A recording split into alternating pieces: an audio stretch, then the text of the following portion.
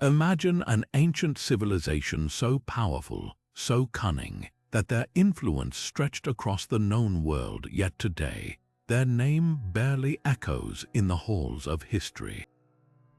While Egypt built pyramids and Greece birthed philosophers, the Phoenicians operated in the shadows, pulling the strings of trade, culture, and even language itself. But here's the twist: their greatest achievements are wrapped in riddles, their most brilliant innovations lost to time.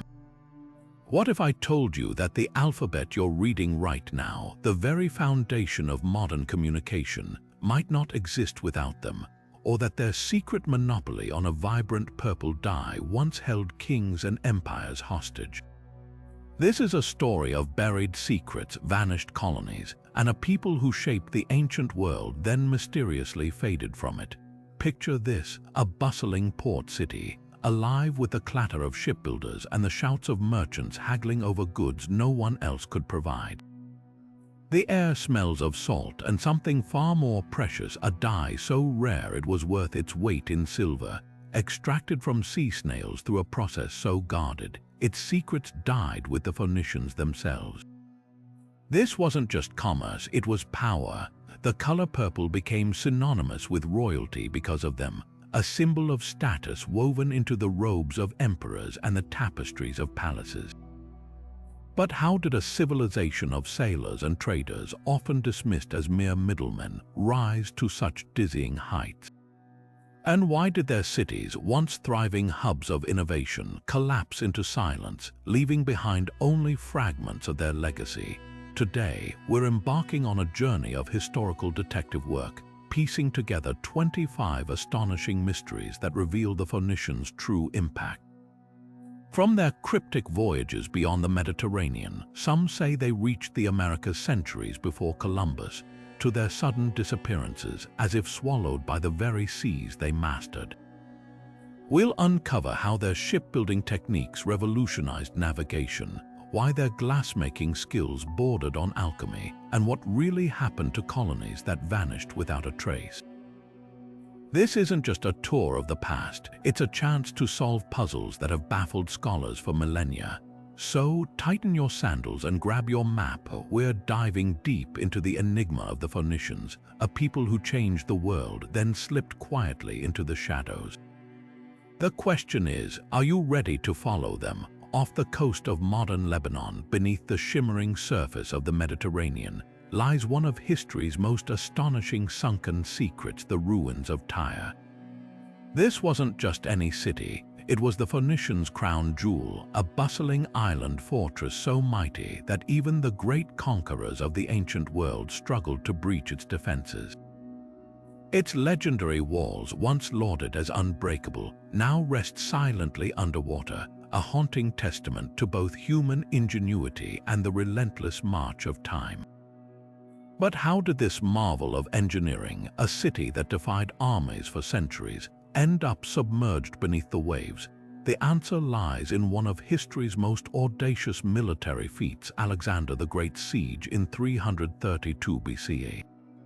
Faced with Tyre's impenetrable island defenses, Alexander ordered his armies to build a massive causeway, literally moving mountains to reach the city. The siege was brutal, but the aftermath was even more dramatic. Over centuries, the shifting sands and rising sea levels slowly swallowed Tyre's ruins, leaving only whispers of its glory beneath the water. Modern divers exploring these depths have made spine-tingling discoveries: submerged streets, crumbling columns, and even remnants of Tyre's revolutionary dual harbors, one facing the open sea for trade, the other tucked safely inland for military ships, still stand eerily intact. These harbors were engineering masterpieces, employing advanced hydraulic concrete and wave-dissipating structures that wouldn't be matched for over 1,000 years. But the most tantalizing question remains: what else is down there? Ancient texts speak of Tyre's treasury overflowing with gold, purple dye, and cedar, wood so precious it was reserved for kings and temples. Could these treasures still be hidden in the silt-covered chambers of the sunken city? Or did looters and time erase them forever? the mystery only deepens when you consider Tyre's role as the Phoenician heart of global trade. Artifacts from as far as Britain and West Africa have been found in its ruins, hinting at a network far wider than historians once believed. Perhaps the greatest enigma isn't how Tyre fell, but how it thrived for so long against impossible odds. Built on an island with no natural freshwater, the city's engineers devised an elaborate system of cisterns and aqueducts to sustain its population. Its merchants navigated treacherous seas without compasses, relying on celestial navigation and an uncanny understanding of ocean currents. And then there's the haunting legend of Tyre's sacred pillars, two bronze columns said to glow with an otherworldly light, one dedicated to the god Melkart, the other to the goddess Astarte. Were these mere religious symbols, or did they serve a deeper, possibly scientific purpose? Today, as marine archaeologists painstakingly map the underwater ruins, each dive brings us closer to unraveling the truth. But Tyre, ever the enigma, refuses to give up all its secrets at once. It's as if the city itself is whispering across the centuries, daring us to dig deeper. Hidden in the murky depths of the Mediterranean, a creature no larger than your thumb held the ancient world's economy hostage.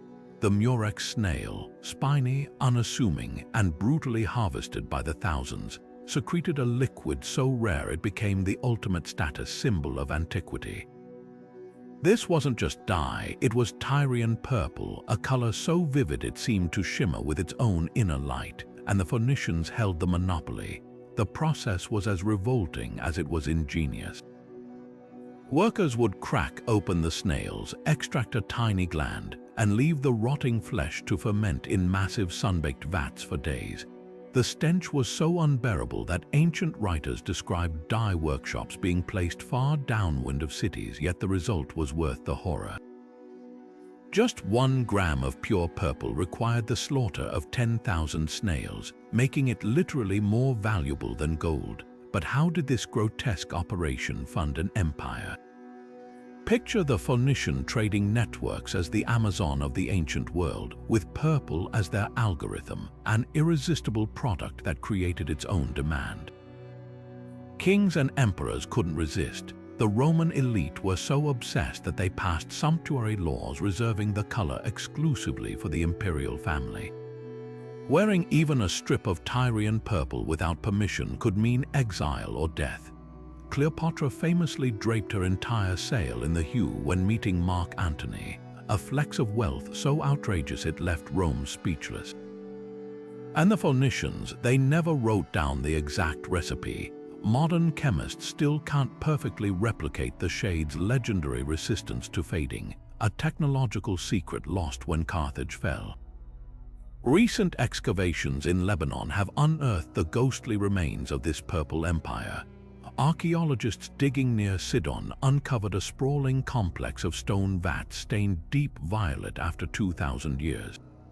The walls still reeked of long-decayed shellfish, a visceral reminder of the industry's scale. But here's the twist: some vats were found far inland, suggesting the Phoenicians may have transplanted snails to hidden farms, controlling supply like a medieval OPEC.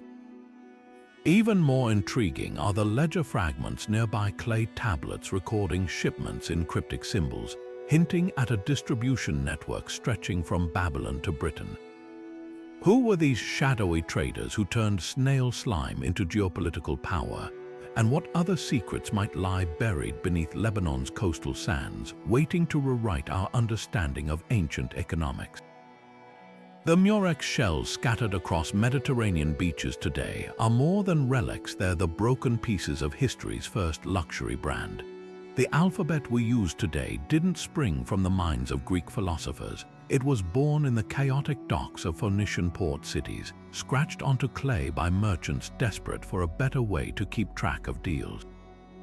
While most civilizations were still wrestling with cumbersome hieroglyphics or cuneiform, the Phoenicians did something revolutionary. They stripped writing down to its bare bones, creating a system so efficient it conquered the ancient world.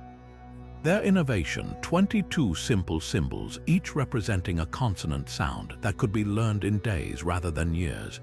This wasn't about poetry or royal decrees, it was about speed, trade, and survival. Evidence of this breakthrough lies in the ruins of Byblos, where archaeologists unearthed stone inscriptions dating back to around 1050 BCE, centuries before the Greek alphabet emerged.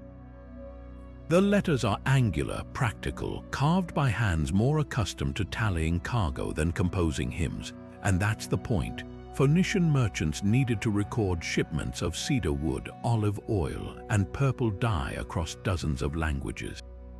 Pictograms and complex scripts like Egyptian hieroglyphs slowed trade to a crawl. But with their streamlined system, a trader from Sidon could jot down transactions in Cyprus one week and Egypt the next without needing scribes or translators. What's truly astonishing is how these symbols evolved. Take the letter Aleph, shaped like an ox's head in early scripts, a direct borrowing from Egyptian hieroglyphs but stripped of all pictorial meaning, reduced to a single sound. The Greeks later adapted it into Alpha, and from there it traveled through Etruscan to become our letter A. But the Phoenicians' influence didn't stop with Europe. Their script also birthed Hebrew and Arabic, languages where you can still see echoes of those original angular forms. Even the word alphabet itself is a tribute to them, a mashup of Aleph and Bet, the first two letters of their system. Why did this invention flourish while others faded? The answer lies in the Phoenicians' ruthless pragmatism. Unlike the sacred scripts of their neighbors, their writing had no religious baggage. It was a tool as utilitarian as a ship's ledger or a market scale. And when your survival depends on moving goods faster than your competitors, you don't waste time carving elaborate symbols. That's why their alphabet spread like wildfire along trade routes, adopted by cultures hungry for its efficiency.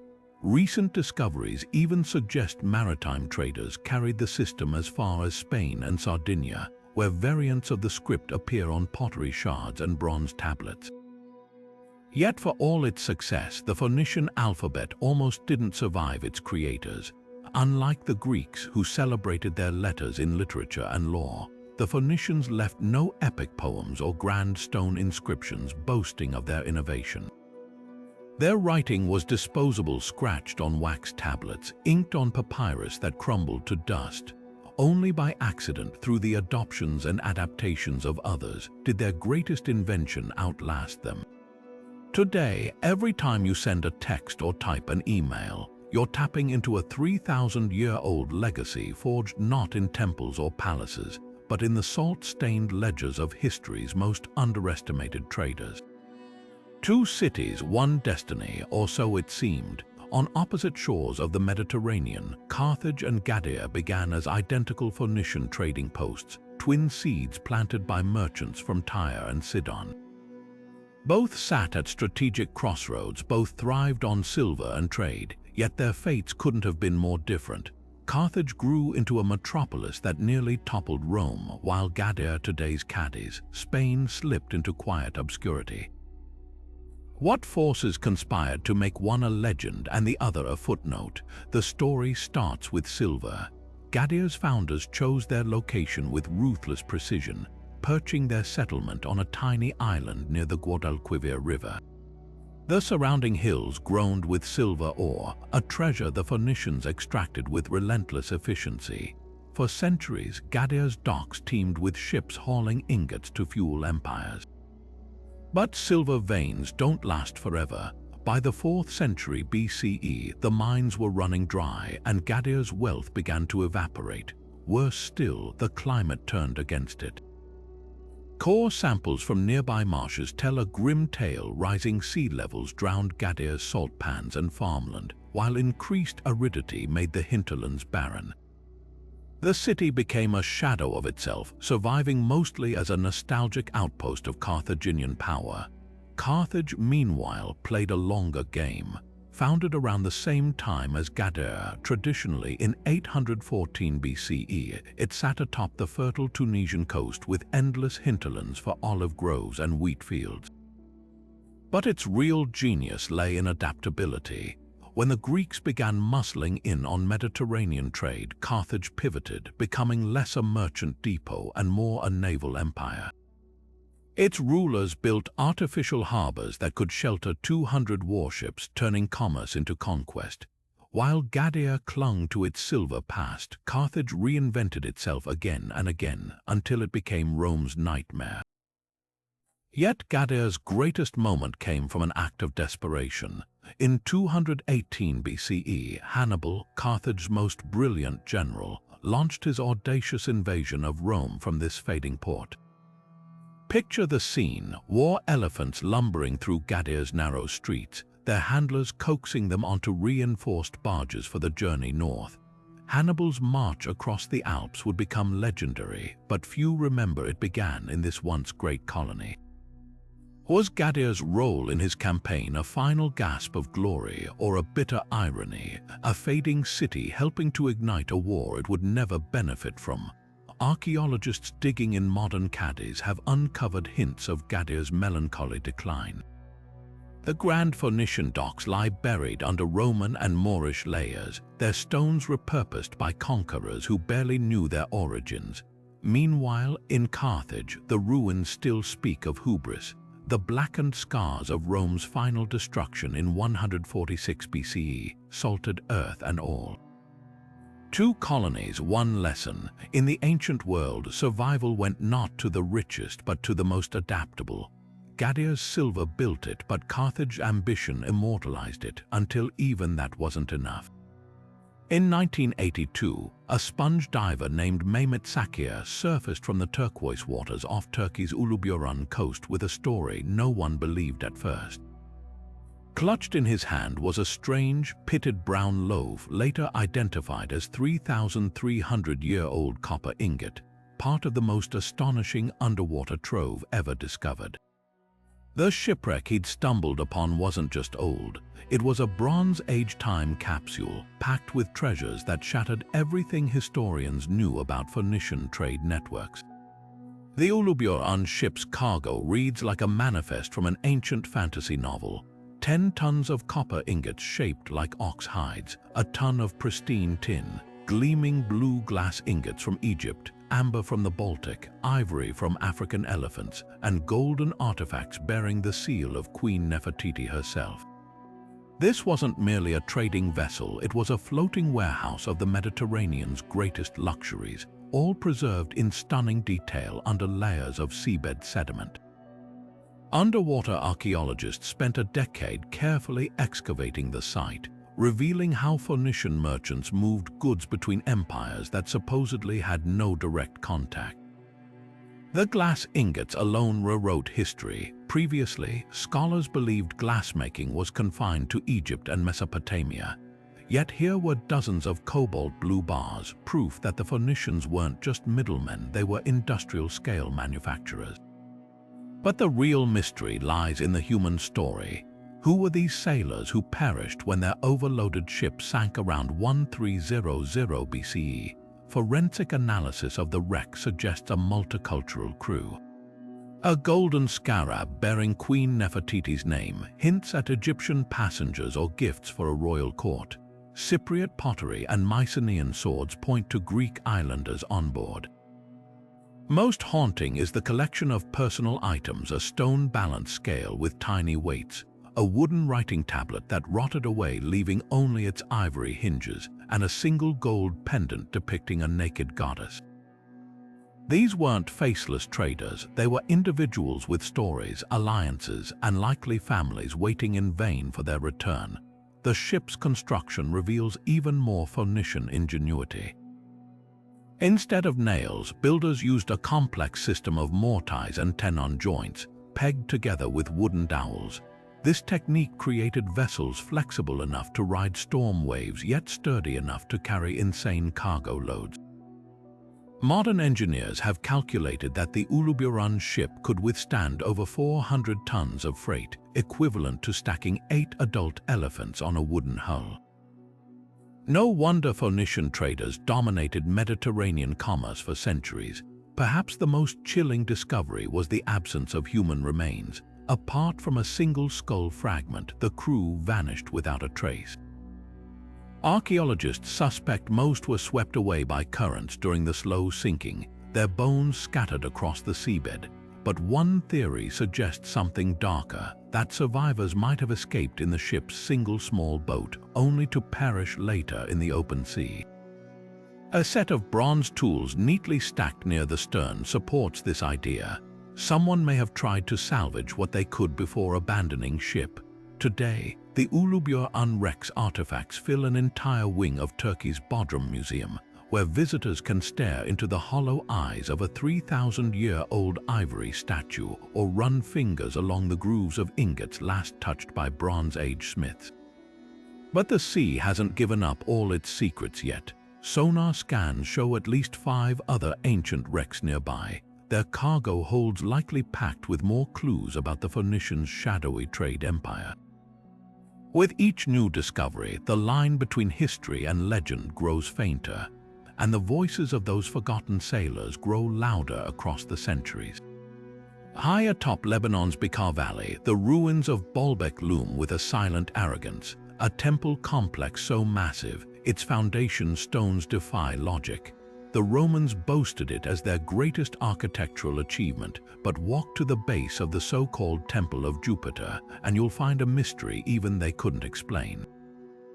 3 colossal limestone blocks, each weighing over 1,000 tons, sit perfectly fitted together without mortar. That's heavier than 3 Boeing 747 jets, stacked, moved, and positioned with precision that would challenge modern cranes.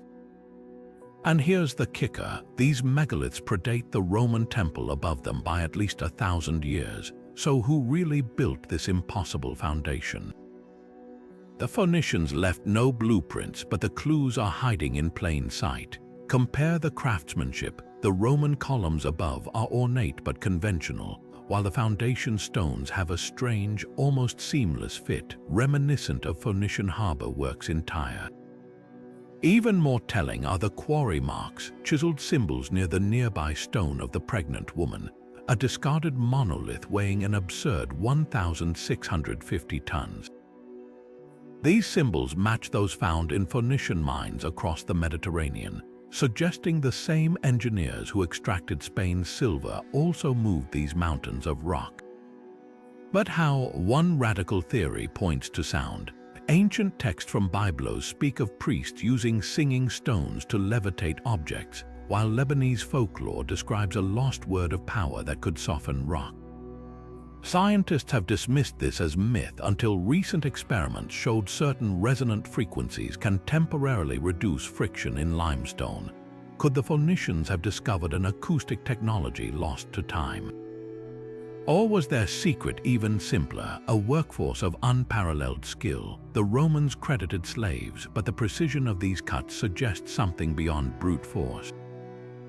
Each block's edges are beveled at exact angles, creating interlocking teeth that distribute weight like a giant stone puzzle, a technique seen nowhere in Roman engineering. The Romans, ever the opportunists, seemed almost embarrassed by their predecessors' work. They buried the Phoenician foundation under 20 feet of filled dirt, as if hiding the evidence of a superior civilization. Even their temple's orientation is telling, aligned not to celestial events like most Roman sites, but to the older Phoenician stones beneath, as if paying reluctant homage. Today, archaeologists using ground-penetrating radar have found even larger hidden blocks below the visible ones, hinting at a structure so vast, its original purpose remains unknown. What was Baalbek before the Romans claimed it? A Phoenician holy site, a cosmic observatory, or something far more practical? Perhaps the anchoring point for a massive trade complex, given the valley's position on ancient caravan routes. The truth might lie in a neglected clue, the quarry's ramp. Unlike Egyptian pyramids where ramps were discarded, Baalbek ascends intact to this day, its surface grooved with parallel channels. Some researchers suggest these held logs for rolling stones, while others see traces of an elaborate pulley system. But one thing's certain, whoever moved these stones understood physics on a scale that humbles modern engineers. The real insult to Rome, their own historians unwittingly admitted the truth. Pliny the Elder, writing in the 1st century, described Baalbek's platform as older than memory itself, while local priests whispered of a time before the gods of Rome. Even the name hints at deeper origins. Baalbek merges the Phoenician storm god Baal with Beka, their word for valley. The Romans tried to bury this legacy, but the stones refused to lie. They stand as a defiant question. If the Phoenicians could move mountains, what other secrets did they take to their graves? Beneath the ruins of ancient Sidon, archaeologists made a discovery that shattered our understanding of ancient technology. Fragments of glass so brilliantly blue, they seemed to hold fragments of the Mediterranean sky itself. These weren't just ornaments, they were the remnants of a Phoenician revolution. While Egypt and Mesopotamia had produced crude glass for centuries, it was the Phoenicians who transformed it from a luxury item into an industry. Their secret, a technique so simple it bordered on genius, blowing glass through hollow tubes, allowing artisans to shape vessels with speed and precision unimaginable to their rivals. Picture the docks of Sidon around 500 BCE, where glassmakers huddled over furnaces fueled by Lebanese cedar, twisting molten silica into delicate perfume bottles, mosaic tiles, and even early lenses. The cobalt blue hue, derived from copper and lime, became their signature, a color so vivid it was said to rival the lapis lazuli of Afghanistan, yet their mastery extended beyond aesthetics. Recent excavations at Tel Dor in Israel uncovered a glass workshop with something extraordinary, a stone mold for mass-producing identical beads. This wasn't craft, it was early industrialization. Chemical analysis revealed the Phoenicians sourced their silica from riverbeds as far away as Spain, mixing it with natron from Egypt's deserts to lower melting temperatures. Their recipes were so advanced that modern glassmakers struggled to replicate the durability of Phoenician glass, which resisted clouding even after millennia underwater. But the real enigma isn't how they perfected glass, it's why their knowledge vanished. By the 4th century BCE, Sidon's furnaces fell cold and the artisans disappeared from historical records. Some blame the Assyrian invasions, whose armies famously razed Phoenician cities and enslaved skilled workers. A cuneiform tablet from Nineveh boasts of deporting glassmakers from Tyre to Mesopotamia, where their techniques were absorbed and diluted. Others point to economic collapse. As Greek glassmakers copied Phoenician methods, the market flooded, making their trade unsustainable. The same fate befell their metalworkers. In the hills of southern Spain, the ruins of Tartessos whisper of a lost Bronze Age boomtown where Phoenician smelters pioneered iron production on an industrial scale. They didn't just make weapons, they crafted precision tools, ship fittings, even early nails. But here too, their legacy evaporated. Spanish archaeologists studying slag heaps near Huelva found evidence of sudden abandonment, half-smelted ore still in furnaces, as if workers fled mid-task. Climate data from the period reveals a chilling clue: prolonged droughts that would have starved the charcoal production essential for smelting. What's haunting is how abruptly these skills vanished. Unlike Egyptian or Mesopotamian technologies, which evolved gradually, Phoenician glass and ironworking seemed to hit a peak, then blink out like a snuffed candle. A handful of examples survived in Carthage, but by Roman times, even their famed cobalt glass was a rarity, replaced by cheaper, duller imitations. The irony. The very efficiency that made Phoenician craftsmen dominant their tightly guarded trade secrets, their reliance on scattered resources may have doomed their knowledge when crisis came. Today, museums display their surviving works as mere curiosities, little reminders that even the most advanced techniques are fragile when the hands that mastered them are silenced. Perhaps the most poignant relic sits in the Louvre, a tiny blue glass amulet shaped like the Eye of Horus, dredged from a shipwreck off Malta. Its color is still vibrant, its surface unweathered. It outlasted empires, outshone imitations, and now rests behind glass itself, a final, silent testament to artisans who turned sand into gold, then vanished into history's shadows. The Temple of Astarte in Sidon was no ordinary place of worship. It pulsed with rituals so scandalous that Greek historians could barely write about them without trembling. According to accounts from Herodotus and Strabo, priestesses of Astarte engaged in sacred prostitution, offering themselves to strangers as part of fertility rites. But this wasn't mere titillation. It was commerce, devotion, and power fused into one. Pilgrims would travel for weeks to pay tribute to the goddess, their silver coins flowing directly into the temple's coffers, funding Sidon's rise as a mercantile powerhouse. Yet beneath the titillating rumors lay something far darker, whispers of child sacrifice, a practice so chilling that even the Romans, no strangers to brutality, condemned it as barbaric. Archaeologists digging near modern Cedar uncovered rows of ceramic urns filled with the charred bones of infants, many buried beneath temple foundations. These weren't tragic stillbirths. The bones showed signs of intentional cremation, their placement too deliberate to dismiss as coincidence. A stele found nearby bears an inscription to Astarte, Lady of the Heavens, alongside a gruesome request, a vow to give back what the womb has given. Was this poetic piety or evidence of ritual infanticide? Scholars remain torn. Some argue these burials reflect high infant mortality, with grieving parents dedicating remains to the goddess. Others point to Carthage, where excavations revealed similar urns labeled with sacrificial terminology. Astarte herself adds another layer of mystery. Often merged with Venus by the Romans, she was more than a love goddess. She ruled war, fertility, and the untamable sea. Phoenician sailors carried her cult from Cyprus to Carthage, where she morphed into Tanit. But in Sidon, she reigned supreme, her rituals blurring the line between sacred and profane. Greek accounts describe temple courtyards where merchant princes bartered for both spices and carnal blessings, their transactions sanctified by priestesses who wielded economic influence rivaling kings. The most provocative clue comes from a gold pendant found near the temple ruins, a crescent moon cradling a sun, Astarte's symbol. Chemical analysis revealed traces of opium. Was this part of rituals, easing pain or inducing visions, or merely an anesthetic for medical procedures conducted under the goddess's watch? The truth may lie somewhere between myth and archaeology, a civilization that saw no contradiction between devotion and brutality, between celestial worship and earthbound commerce.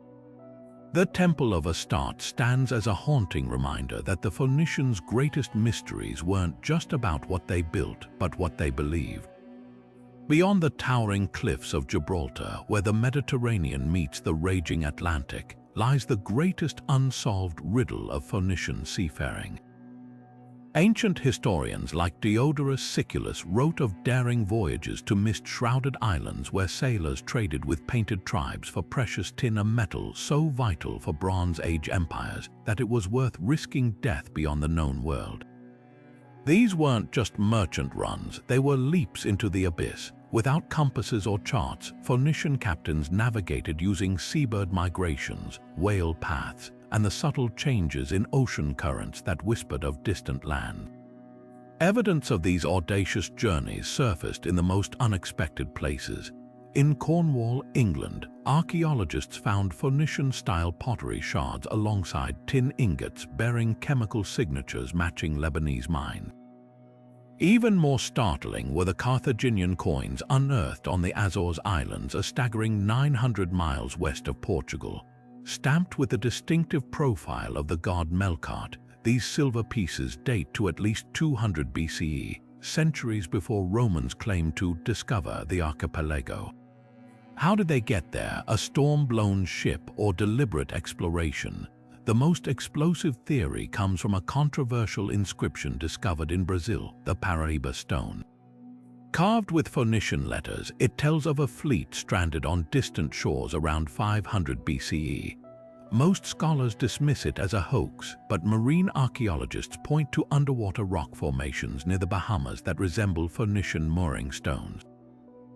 Even the ancient Roman historian Tacitus hinted at unknown lands beyond the Atlantic, quoting Carthaginian sailors who spoke of a great island where the sun sets.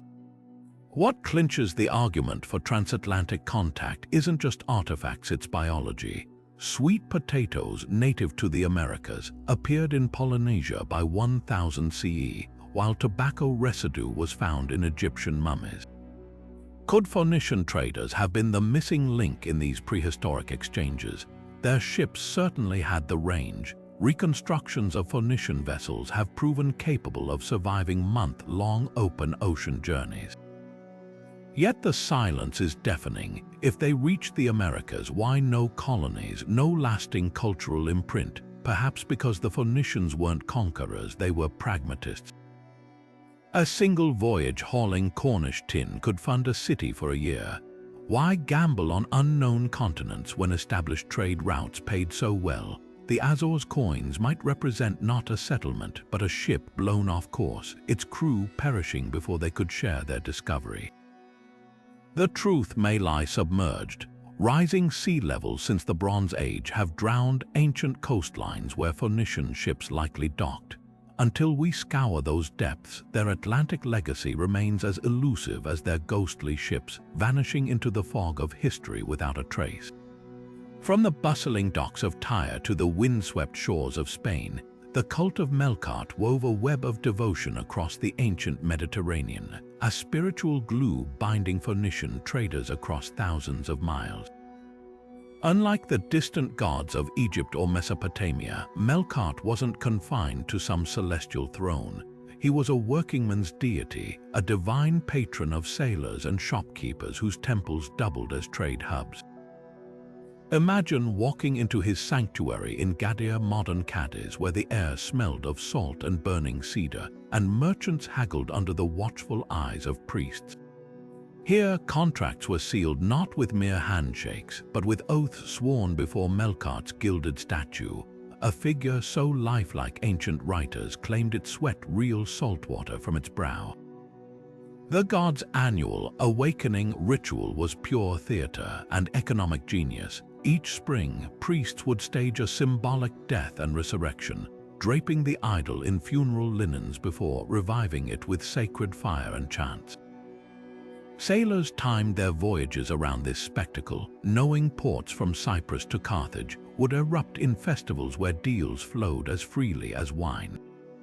But beneath the pageantry lay shrewd psychology. By linking commerce to divine renewal, the Phoenicians created a calendar that synchronized trade routes, ensuring fleets arrived when markets were flush with pilgrims. A broken promise to Melkart wasn't just bad business, it risked cosmic wrath. What's startling is how this Phoenician innovation foreshadowed Rome's imperial cult centuries later. When Emperor Augustus demanded temples to his divine spirit, he was cribbing from Melkart's playbook right down to the resurrection symbolism. Even the name Hercules, which Romans grafted onto Melkart, couldn't disguise the original's mercantile roots. Recent digs at Lixus in Morocco uncovered a temple with hybrid inscriptions, Latin prayers addressed to Hercules Melkart, proving how stubbornly the old god clung to relevance. The most tantalizing clue to the cult's power: a shipwreck off Malta yielded an anchor inscribed with Melkart's name beside a cargo of Spanish silver and Egyptian glass. Not a votive offering, but a working tool, proof that sailors saw the god as an active partner in their gambles against the sea. Modern CEOs hang motivational posters. Phoenician captains carried amulets of a deity who literally walked through fire in their myths. The cult's true legacy wasn't in stone temples, but in the unshakable faith that profit and piety could sail together until storms or empires tore them apart. Off the rugged coast of Sardinia, where the Mediterranean wind carves stories into stone, stand eerie monuments that defy simple explanation, the so-called tombs of giants. These angular megalithic structures, some stretching over 30 meters long, bear an uncanny resemblance to Phoenician burial practices, yet they predate Phoenician arrival by centuries. The mystery deepens when you examine their construction. Massive central steels, precisely fitted stone chambers, and entryways designed like truncated pyramids, all techniques perfected in the Levant. How did these methods appear on an island thousands of kilometers from Tyre or Sidon? Recent excavations near the ancient Phoenician port of Tyre have uncovered something astonishing: communal graves where Phoenician traders rest shoulder to shoulder with Sardinian natives. Analysis of the skeletons tells a compelling story. The Phoenician remains show signs of healed limb fractures consistent with stonemasonry accidents, while isotopic testing reveals they spent their childhoods along the Lebanese coast. More telling are the grave goods, Lebanese cedar amulets buried alongside Sardinian bronze daggers, suggesting not just coexistence but collaboration. Even the tombs themselves hold clues. Later Nuragic towers, those iconic Sardinian stone fortresses, suddenly began incorporating Phoenician-style drainage channels and load-bearing arches around 800 BCE, just as trade between the cultures peaked. The real smoking gun, a broken clay tablet found near Nora, its surface scratched with Phoenician letters and rough sketches of tomb designs. Carbon dating places it at 900 BCE, centuries before historians believed such knowledge transfer occurred. One passage describes teaching the island men to raise stones that speak to the sky, a poetic phrase that mirrors later Nuragic tower inscriptions. Were these tombs classrooms in disguise where Phoenician engineers traded masonry secrets for Sardinian copper and silver, or was the influence more sinister? Some Sardinian folklore speaks of pale men from the east who demanded tribute in stonework, echoing accounts of Phoenician trade colonies leveraging technology for resource extraction. What's undeniable is the legacy these collaborations left. The later Nurag towers, with their intricate spiral staircases and corbelled ceilings, display a sophistication absent from earlier Sardinian architecture. Yet for all their grandeur, they lack one Phoenician signature: the sacred alignment to celestial events. Unlike the tombs, which face the rising sun of the winter solstice, the towers ignore the stars entirely. Perhaps this was the Sardinian silent rebellion, adopting Phoenician engineering but rejecting their cosmology. Today, these silent stone sentinels stand as testament to history's most enigmatic knowledge exchange, where buried bones and chiseled rock whisper of alliances forged not in conquest but in the quiet language of craftsmanship. Beneath the dusty earth of Carthage's ancient Tophet sanctuary, rows of small urns hold ashes that have sparked one of history's most heated debates. For centuries, the grisly discovery of charred infant bones in these burial sites fueled Roman claims of Phoenician barbarity, stories of children sacrificed to appease the gods Baal, Hammon, and Tanit. But modern science is rewriting this narrative, revealing a tragedy far more complex than propaganda. Recent DNA analysis of over 350 Tophet remains tells a startling story. The majority show congenital defects consistent with stillbirth or early infant mortality. These weren't victims of ritual slaughter, they were babies mourned by grieving parents in a culture without modern medicine. The Tophet's layout itself challenges old assumptions. Unlike mass graves, the urns are carefully arranged, some tucked beneath inscribed stelae bearing heartfelt dedications. One reads, "To Lady Tanit, may she receive this child gently," while another pleads, "May he sleep in the arms of the gods." Such tenderness clashes violently with Roman accounts of ecstatic priests tossing infants into flames. Even the placement of these sites near harbors and city gates suggests they functioned more like communal memorials than secretive altars. Archaeologists now argue the Tophet was a sacred resting place for children who died too young for formal burial rites, their remains sanctified rather than sacrificed. Yet the shadow of controversy lingers. A handful of urns do contain bones showing signs of peri-mortem trauma, skull fractures, cut marks hinting that some form of ritual killing may have occurred during extreme crises. Historical records from Tyre describe desperate offerings during sieges or plagues, mirroring accounts from other Bronze Age cultures, the grim reality. In a world where infant mortality could reach 40%, the line between ritual and resignation often blurred. What the Romans weaponized as evidence of savagery may have been a culture's heartbreaking attempt to cope with loss. The most compelling evidence comes from tooth enamel isotopes. Studies led by the University of Pittsburgh found that nearly all Tophet infants were local to Carthage, contradicting claims of foreign children purchased for sacrifice. Even more telling, some urns contained animal bones, often lambs, carefully positioned as symbolic substitutes.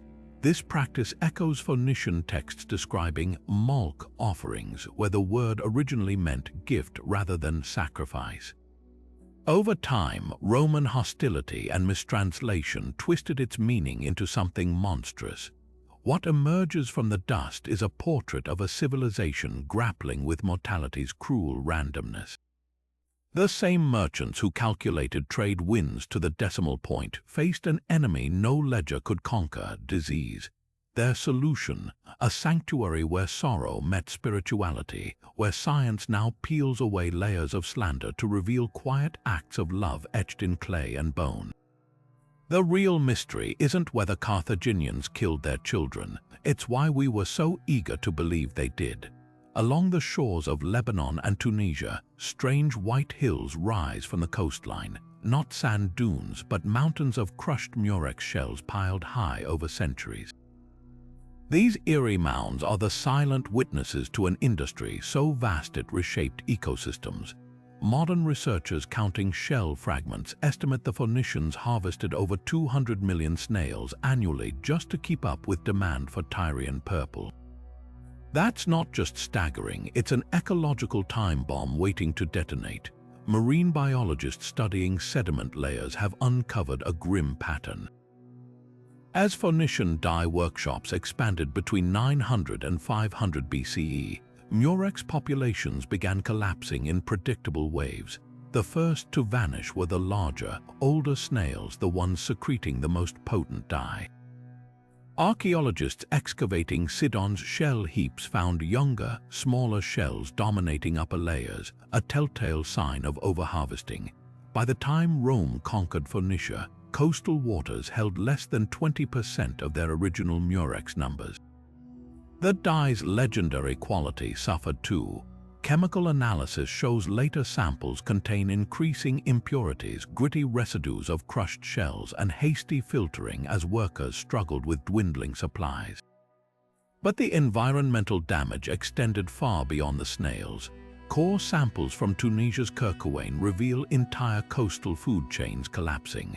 Without murex snails to graze on algae, underwater vegetation choked harbors. Fish species dependent on those ecosystems, including sardines, a Phoenician dietary staple, abandoned traditional spawning grounds. Even the landscape itself changed.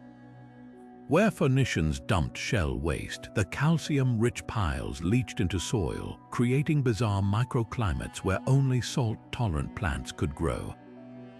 Farmers complained of purple blight crops withering near dye workshops from altered groundwater pH. The industry's collapse wasn't sudden, it was death by 1,000 cuts. As snail stocks dwindled, workshops moved deeper into risky waters.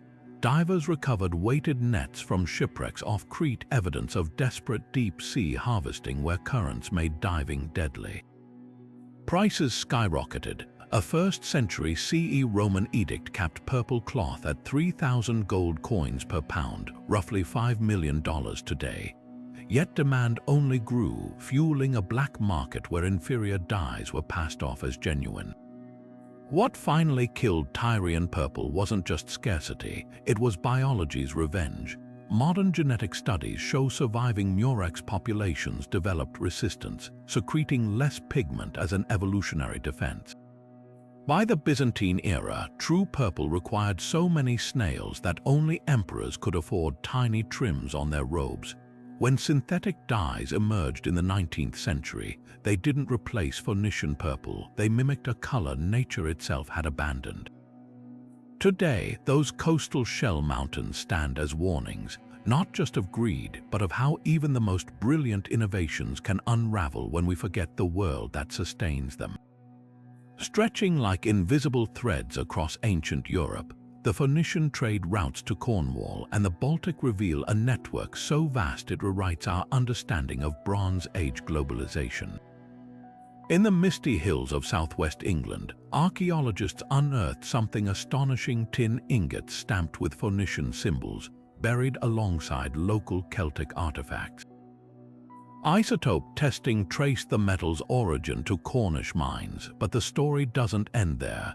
Chemical signatures in the ingots matched slag heaps in Lebanon, proving Phoenician merchants weren't just passive traders, they actively processed British tin before shipping it east. The real shock came when researchers analyzed lead isotopes in Bronze Age jewelry from Scandinavia. Amber beads found in Danish burials contained trace elements pointing to Baltic forests, but the drilling techniques used to string them were unmistakably Phoenician. These weren't random exchanges, they were systematic operations spanning continents. The logistics boggle the mind. Picture Phoenician ships braving the Bay of Biscay's treacherous currents to reach Cornwall's rugged coast.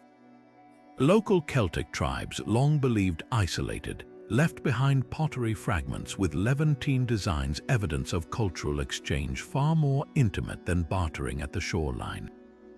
A bronze cauldron dredged from the Thames bears inscriptions in both Phoenician and early Celtic script, suggesting bilingual negotiations or even intermarriage. But the true game-changer lies in the Baltic trade. Amber, that golden fossilized resin, flowed south along routes the Phoenicians guarded jealously. Excavations in modern Poland uncovered a merchant's cache, a scales with Phoenician numerals still set to weigh amber nuggets alongside silver coins minted in Tyre. This wasn't occasional coastal hopping, it was a trans-European supply chain operating centuries before the Roman Empire. What's truly fascinating are the unintended consequences of these exchanges. Norse sagas speak of dark men from the south teaching metalworking secrets. Could these have been Phoenician craftsmen blown off course? A Viking burial in Norway yielded a sword with a hilt wrapped in Tyrian purple cloth, its dye confirmed through spectrometry to date from 800 BCE. The timing aligns perfectly with Phoenician expansion into Atlantic waters. Even language bears traces of this hidden connection. The Celtic word for tin, stanum, closely resembles the Phoenician estonu, while Baltic amber artifacts in Carthage bear rune-like marks that predate Germanic writing systems by centuries. Yet the greatest mystery isn't what they traded, but how they navigated such distances without maps or compasses. Recent experiments with replica ships suggest Phoenician sailors may have used sunstones, calcite crystals that polarize sunlight to determine position even under cloudy skies. Combined with their legendary star charts, these tools could have turned the Atlantic's chaos into a highway, but the sea gives up its secrets grudgingly. Off the coast of Portugal, divers found a Phoenician anchor stock tangled with Celtic bronze bracelets, a silent witness to some long-forgotten shipwreck, its cargo destined for palaces in Babylon or Memphis. Why did these routes vanish? Climate data holds a clue. Sediment cores from the North Atlantic show a sharp cooling period around 500 BCE, with storms intensifying along traditional Phoenician paths. As sailing grew perilous, overland routes through Gaul became safer, severing direct ties between Cornwall and the Mediterranean.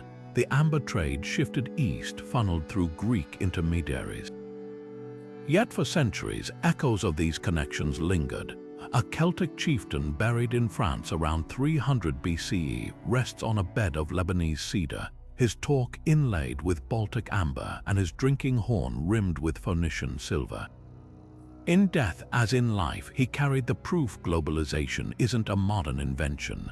The Phoenicians wove the first threads long before history thought to look for them.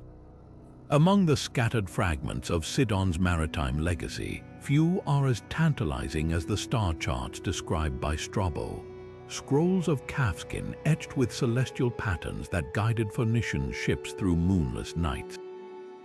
These weren't just crude sketches of constellations, they were precision instruments calibrated to the Phoenicians' secret weapon, the North Star.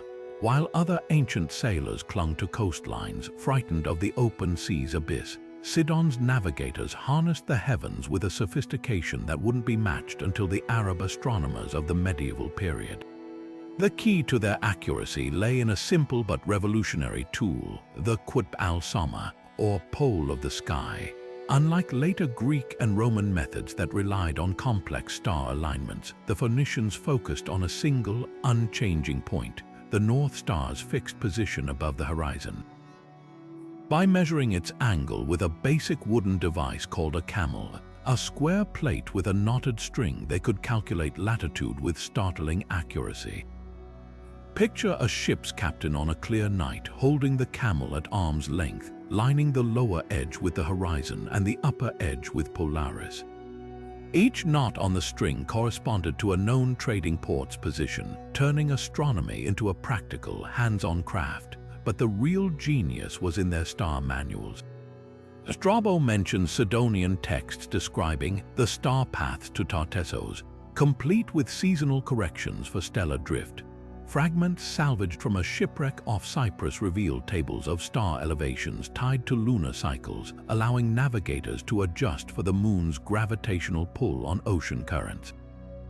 This wasn't guesswork, it was early applied science. Modern recreations proved their methods could pinpoint locations within 30 nautical miles, an unimaginable feat for the Bronze Age.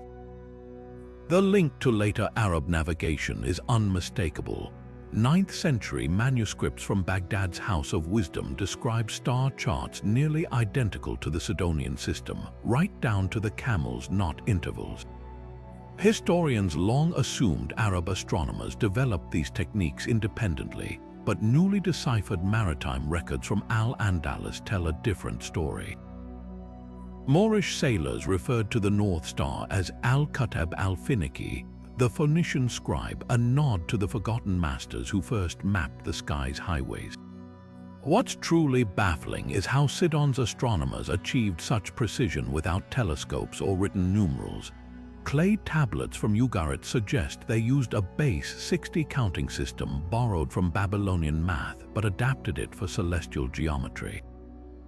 A broken astrolabe discovered near Tyre, predating Greek versions by centuries, bears markings that correlate with Sidon's harbor coordinates. Was this the work of a single brilliant mind or generations of trial and error? The answer might lie in the stars themselves. Phoenician myths describe the god Melkart teaching navigation to mortal sailors, perhaps a cultural memory of some lost innovator. One lingering mystery defies explanation. Several star manuals mention a phantom star near Orion, used for correcting course during autumn storms. No such star exists in modern catalogues. But in 2008, astronomers analyzing ancient supernova remnants found evidence of a stellar explosion around 1200 BCE, precisely when Sidon's maritime dominance peaked. Could Phoenician navigators have recorded a cosmic event visible only for a few generations, then woven it into their lore? It's a haunting possibility that the same stars they relied on to conquer the sea might have whispered secrets we're only now beginning to hear. Standing on the ancient soil of Byblos, the oldest continuously inhabited city on Earth, the obelisk temple holds secrets that defy time. Built around 4000 BCE, this sacred site predates Egypt's earliest pyramids by centuries, yet its towering stone pillars align with the solstice sun in ways that mirror later Egyptian solar temples. The precision is uncanny. At dawn on the summer solstice, sunlight slices between the temple's central obelisks, casting a blade of light onto a carefully placed altar stone. But here's the twist: this alignment isn't just astronomical theater. The angles correspond to the exact latitude of Byblos, suggesting the builders possessed knowledge of Earth's curvature long before the Greeks formalized geometry. Modern 3D reconstructions reveal even more startling details. The temple's layout forms a perfect right triangle with nearby megalithic markers, creating a terrestrial map of Orion's belt as it appeared in the Bronze Age sky. Archaeoastronomers studying the site noticed something peculiar. The same celestial pattern appears in the alignment of Giza's pyramids, but with one crucial difference. Byblo's configuration matches the sky from 3,000 years earlier. Could this mean the Phoenicians weren't just contemporaries of the Egyptians, but their teachers? A fragmentary cuneiform tablet found near the temple hints at this possibility, describing star walkers from the sea who shared the measure of heavens with early dynastic pharaohs.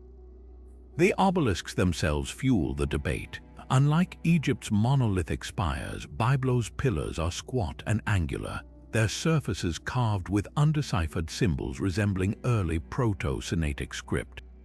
Infrared scans detected faint etchings beneath the weathering, a series of dots and lines that recent software analysis suggests may represent lunar cycles. This wouldn't just make them ritual monuments, they'd be functional calendars predicting eclipses and tidal patterns vital for maritime trade. The implications are staggering. If Phoenician priests could forecast celestial events, their influence over Mediterranean commerce would have seemed divinely ordained, but the most provocative clue lies beneath the temple floor. Ground-penetrating radar detected a hidden chamber in 2019, its walls lined with sheets of hammered bronze. When researchers recreated the chamber's dimensions, they discovered its resonance frequency amplifies specific sound wavelengths, precisely those that occur when wind passes through the obelisk's strategically placed grooves. Was this intentional acoustic engineering? Ancient texts from Ugarit mention singing stones used in Phoenician rituals, while later Greek historians wrote of Byblo's oracle pillars that hummed before storms. Modern physicists confirm certain frequencies can induce trance states in humans. Did the Phoenicians combine architecture, astronomy, and psychoacoustics to create immersive religious experiences? The temple's final mystery may be its most poignant.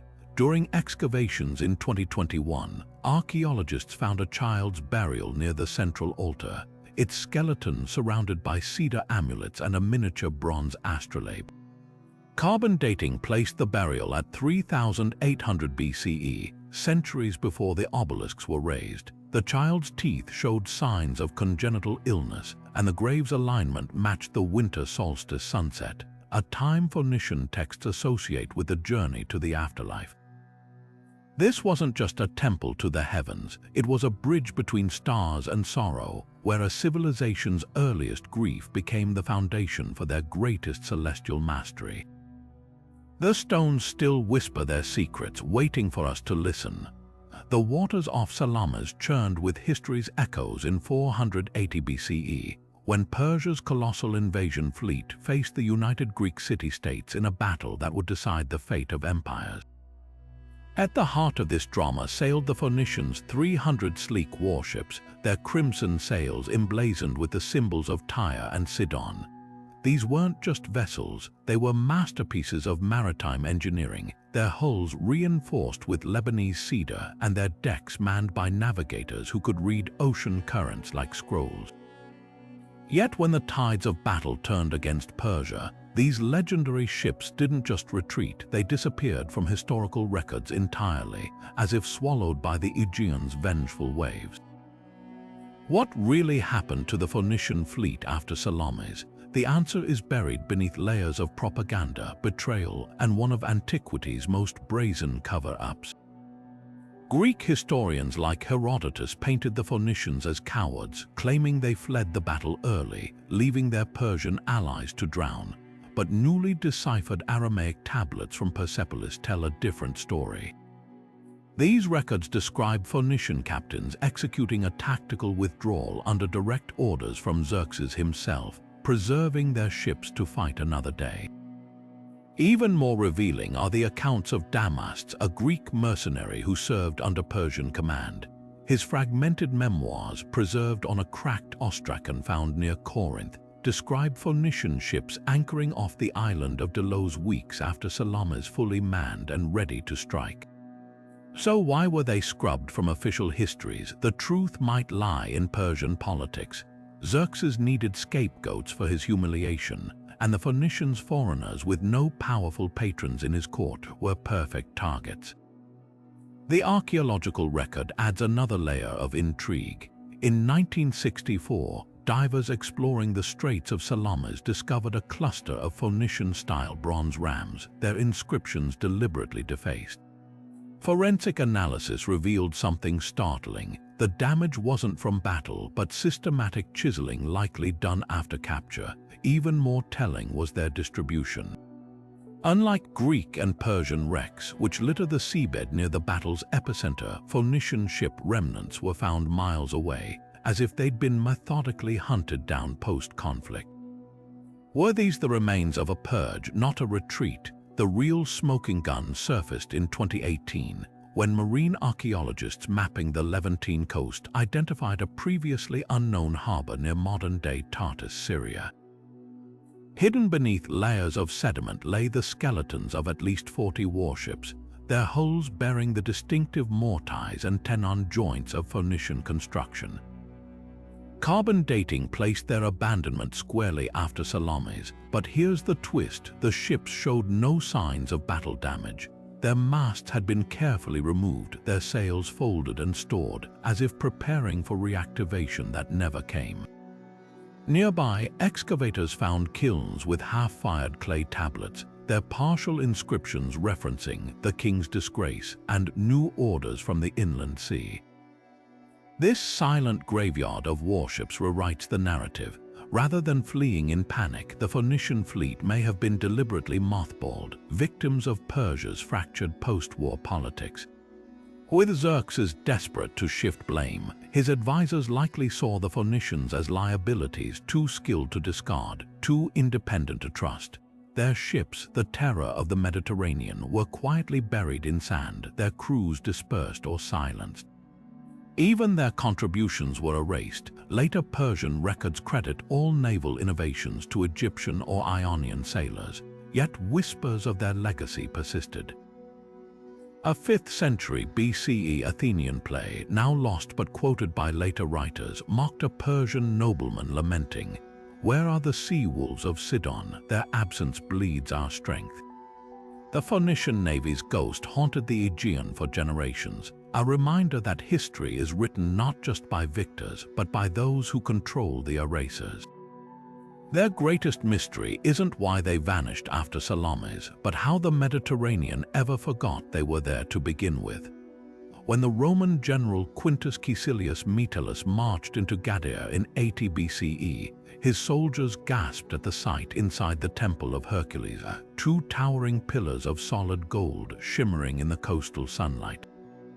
Ancient historians like Strabo swore these 40-foot marvels weren't mere gilded decorations, but pure precious metal, their surfaces etched with Phoenician symbols proclaiming them gifts from the ends of the earth.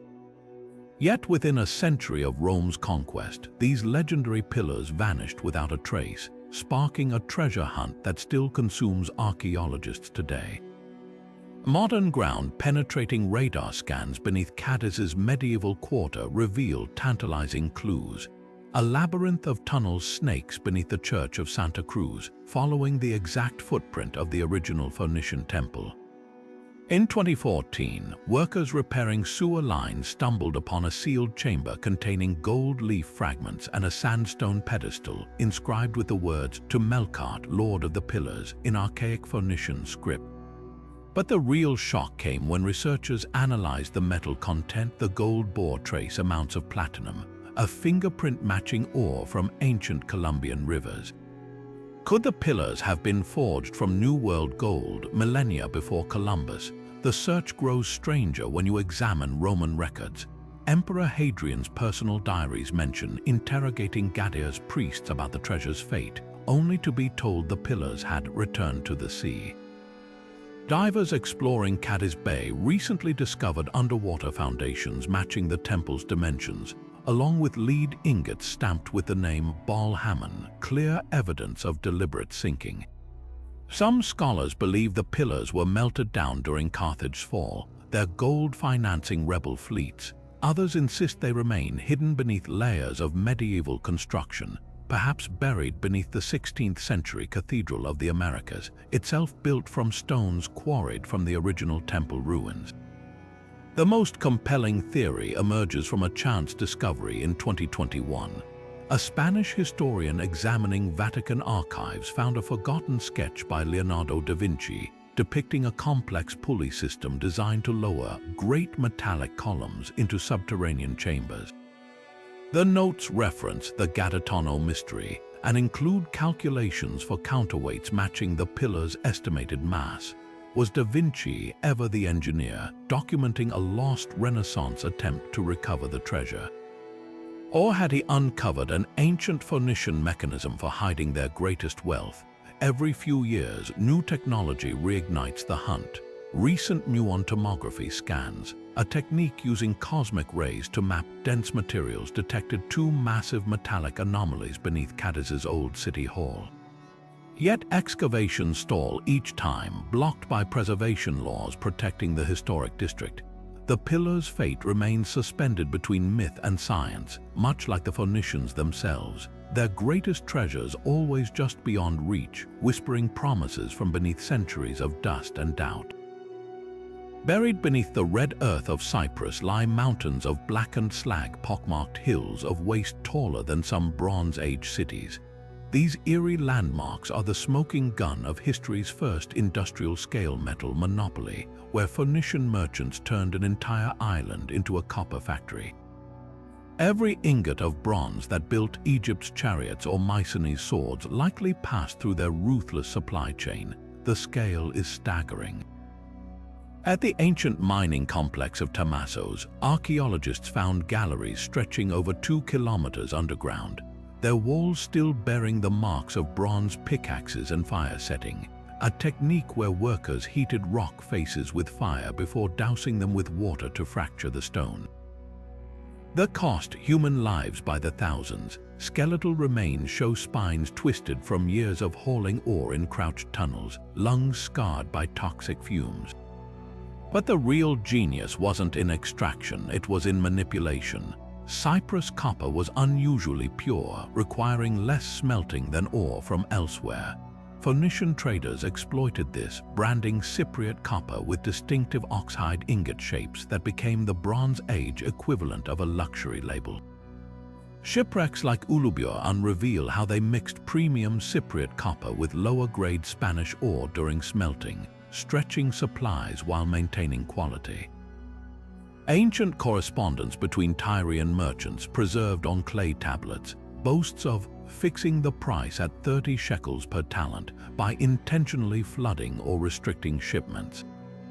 This wasn't just trade, it was economic warfare. When Hittite records complain of metal famines, they're describing the Phoenicians' chokehold on the bronze economy. 300 miles west, another monopoly bled the earth dry. The Rio Tinto mines of southern Spain became Phoenicia's silver engine, where enslaved laborers crawled through tunnels barely wider than their shoulders to extract ore glittering with precious metal. Modern environmental studies reveal the horror. Soil samples show arsenic levels 20 times higher than safe limits near ancient smelting sites, while mass graves contain skeletons with telltale green stains, evidence of chronic silver poisoning. The Phoenicians refined this white gold using a brutal but effective process called cupellation, where lead was melted with silver ore, then burned away in clay furnaces. Satellite imaging has identified over 200 such furnaces along the Guadalquivir River, their chimneys spewing toxic fumes across the landscape. What's chilling is how these systems mirrored each other. In Cyprus, copper slaves toiled under the watch of armed guards whose barracks overlooked the mines. In Spain, silver workers were shackled together with bronze collars found still clamped around excavated vertebrae. Both operations relied on deception. Cyprus miners were often told their labor honored the goddess Hathor, while Spanish locals were tricked into believing silver extraction was a sacred ritual. The smelting techniques, too, were eerily similar. Phoenician engineers designed furnace drafts that used Mediterranean winds as natural bellows, maximizing output with minimal manpower. Yet the greatest trick was how they hid the true scale of their monopolies. By the time Greek traders realized Cyprus was the source of most Mediterranean copper, Phoenician middlemen had already rebranded the metal as Alashiya copper, named for a fictitious kingdom. Spanish silver entered markets stamped with symbols suggesting Anatolian or Aegean origins. This geographic smokescreen worked for centuries. Even Homer fell for it, describing silver from Arima in the Iliad, unaware he was chronicling Phoenician disinformation. Today, these landscapes still bear witness. In Cyprus, rainwater leaching through ancient slag heaps turns streams blood red with oxidized copper. Near Rio Tinto, the river runs acidic enough to dissolve iron nails, its waters stained Martian red by 2,000 years of mining runoff. These aren't just archaeological sites, they're the scars of history's first global resource cartels, where metals built empires and lives were currency. The real mystery isn't how the Phoenicians controlled bronze and silver, it's how we ever believed they didn't. Beneath the bustling streets of modern Tunis lies a ghostly echo of maritime genius, the legendary circular harbor of Carthage, described by the historian Appian with such precision that archaeologists have spent centuries hunting its remains. Imagine a vast artificial lagoon, over 300 meters in diameter, its waters shielded by towering walls lined with dry docks capable of holding 220 warships at once. This wasn't just a port, it was a floating fortress, its design so advanced that Renaissance engineers later modeled Venice's famed arsenal after it. Yet, unlike Venice's surviving landmark, Carthage harbor vanished without a trace, swallowed by Roman conquest and urban sprawl. Could its ruins still lurk beneath Tunisia's capital, waiting to rewrite naval history? Appian's account paints a picture of ruthless efficiency. Concentric rings of ship sheds radiating like spokes from a central island where admirals directed operations. Recent ground-penetrating radar scans near the ancient Punic ports revealed tantalizing hints, curved foundations buried 6 meters deep, their arcs matching the dimensions Appian recorded. Even more compelling are the construction techniques. Core samples show layers of hydraulic concrete identical to those used in Phoenician harbors at Tyre and Sidon, a waterproof mix of volcanic ash and lime that hardened underwater. The Romans, who famously filled Carthage's ports with rubble after its destruction in 146 BCE, may have missed sections of the outer ring, sealing them beneath landfill instead of destroying them. The Venetian connection offers clues to its function. Like Carthage harbor, the Arsenale Nuovo boasted covered docks where ships could be built, repaired, and armed in secrecy. But Carthage took this further. Their circular design allowed warships to launch in any direction within minutes, responding instantly to threats. Computer reconstructions show how the harbor's unique currents, created by submerged channels, could spin vessels bow first toward the exit without oars. This wasn't just logistics, it was psychological warfare. Invaders like Rome's Regulus in 256 BCE described approaching Carthage only to see its entire fleet emerge, as if vomited forth by the earth itself. The most provocative discovery came in 2018, when utility workers digging near Tunis's Rue de la Caspa unearthed a marble slab inscribed with Carthaginian numerals. The markings formed a tide table calculating water depths for the summer solstice, proof of sophisticated naval planning. Nearby, sonar detected submerged platforms arranged in a perfect hexagon, possibly remnants of the central command island Appian described. If confirmed, these finds would revolutionize our understanding of ancient naval engineering. The Phoenicians didn't just dominate trade, they weaponized harbor design, turning ports into launchpads for empire. Yet the harbor's true brilliance may lie in what it didn't have. Unlike Roman ports cluttered with warehouses, Carthage's circular basin had minimal storage. Satellite imagery reveals a network of subterranean tunnels linking directly to inland arsenals, suggesting supplies were delivered just in time via an underground umbilical cord.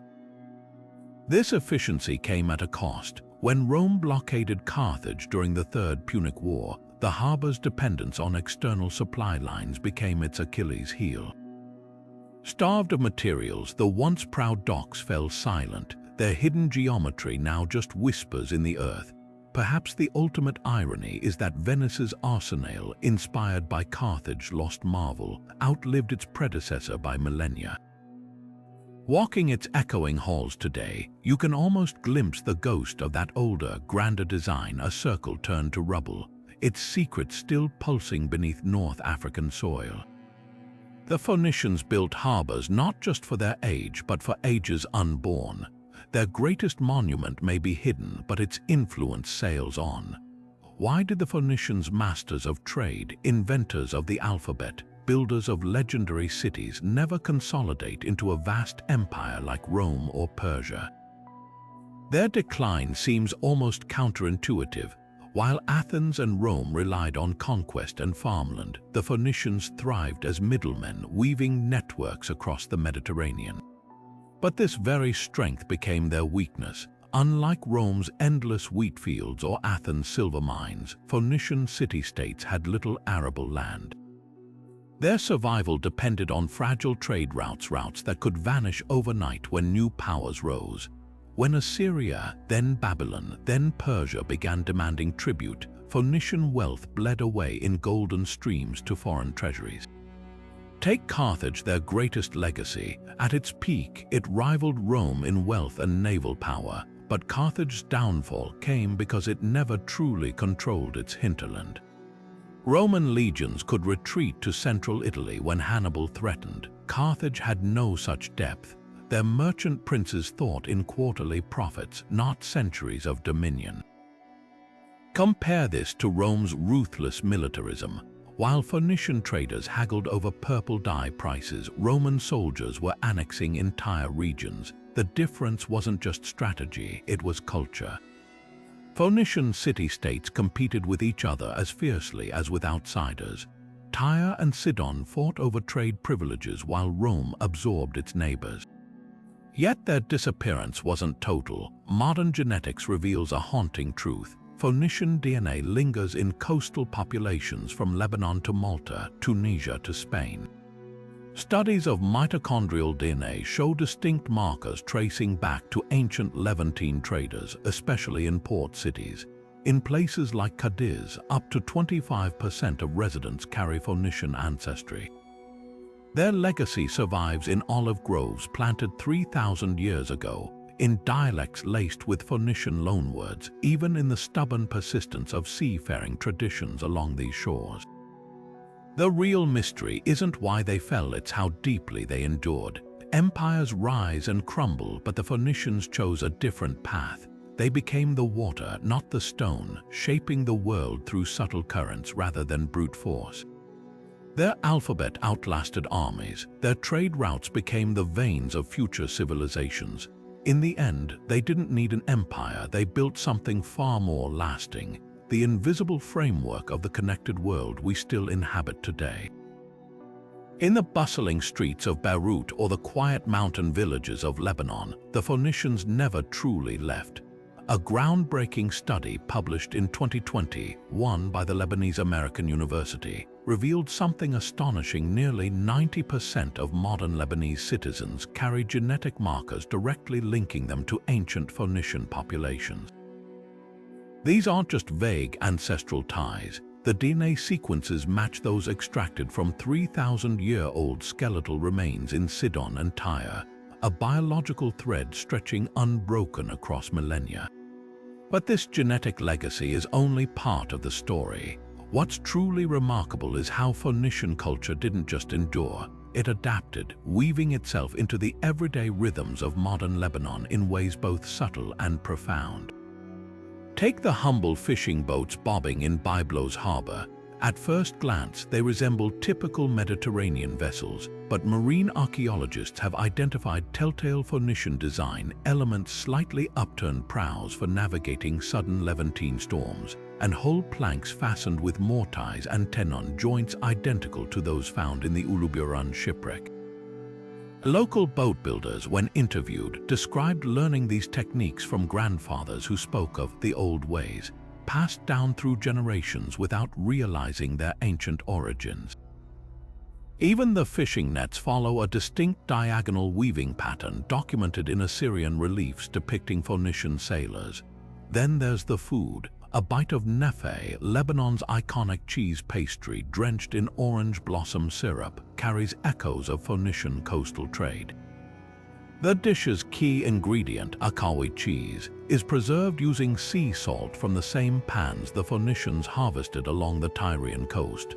Food historians have traced the recipe back to clay tablets from Uluburun describing sweetened curd offerings to Dagon. Modern variations still use saffron, a spice the Phoenicians imported from Iran at staggering markup, and sesame seeds traded from Mesopotamia. Even the national obsession with za'atar has roots in Phoenician herb gardens planted to mask the stench of murex dye workshops. Linguistic remnants hide in plain speech too. While modern Lebanese Arabic dominates, pockets of coastal villages retain unique Phoenician loanwords. Fishermen in Anfe still call octopus Tanner after the Phoenician sea god Tannin, and traditional healers in the Chuv Mountains use the Phoenician-derived mumia for medicinal resin, unchanged since the days of Eshmanazar's sarcophagus. University of Tübingen linguists recently identified over 300 Arabic words in daily Lebanese use with clear Phoenician origins, mostly maritime terms, but also words for trade goods like keshron, purple, and kirkum, saffron. The most poignant survival might be in Lebanon's vineyards. Ancient Phoenician winepresses carved into the hills near Batraun are still employed by local vintners, their stone channels now feeding stainless steel tanks instead of clay amphorae. DNA analysis of indigenous Merwa and Obaide grapes shows direct lineage to vines the Phoenicians exported across the Mediterranean, the very stock that founded France's Rhone Valley vineyards. When Lebanese winemakers toast with arak, they unknowingly replicate Phoenician rituals. Resin samples from shipwrecks confirm they flavored their wines with aniseed, just as modern distillers do. What emerges isn't just a genetic signature, but a cultural continuum. From the cedar wood scent of traditional soap in Tripoli's markets to the star charts still used by elderly fishermen navigating by Orion's belt, the Phoenicians didn't vanish, they dissolved into the fabric of daily life. As one archaeologist excavating in Tyre remarked, "We're not just digging up their past, we're living their present." The real mystery isn't how much Phoenicia survives in Lebanon today, it's wondering what fragments of our own lives might endure 3,000 years from now, hidden in plain sight. So as we piece together these 25 mysteries, a startling truth emerges: the Phoenicians weren't just traders or sailors, but the ancient world's puppet masters, pulling strings from the shadows while history books credited everyone else. Their fingerprints are everywhere, from the alphabet on your screen to the purple dye in royal tapestries, yet their name remains whispered where others shout. That's the irony. Their greatest trick wasn't inventing glass or sailing the Atlantic, but vanishing from their own story while their innovations conquered the world. Consider how we measure civilizations: pyramids for Egypt, democracy for Greece, roads for Rome. But the Phoenicians offer something subtler, a blueprint for how ideas spread. They didn't need empires when they controlled the systems empires relied on. Like modern tech giants shaping culture without borders, they mastered the art of influence without conquest. Even their decline was a mirage. As DNA proves, they didn't disappear, they dissolved into the bloodstream of every culture they touched, from Lebanese fishermen's boats to Spanish olive groves. Yet for all we've uncovered, the gaps still tantalize. What secrets sank with their ships? What technologies were lost when Carthage burned? Every discovery, whether sunken harbors or star charts, hints at layers we're only beginning to peel back. Maybe the real lesson isn't just about the past, but about history itself, how easily we overlook the architects of everyday things, the quiet geniuses who build the systems others take credit for. Now it's your turn. Which revelation shook you most? The child's burial beneath celestial obelisks, the whispers of transatlantic voyages, or the eerie persistence of their DNA in living community? Drop your thoughts below, because unraveling these mysteries isn't just about rewriting the past. It's about training ourselves to see the hidden hands still shaping our world today. After all, if an entire civilization could fade from memory while changing everything, what else might we be missing? The search starts with your curiosity. Let's keep digging.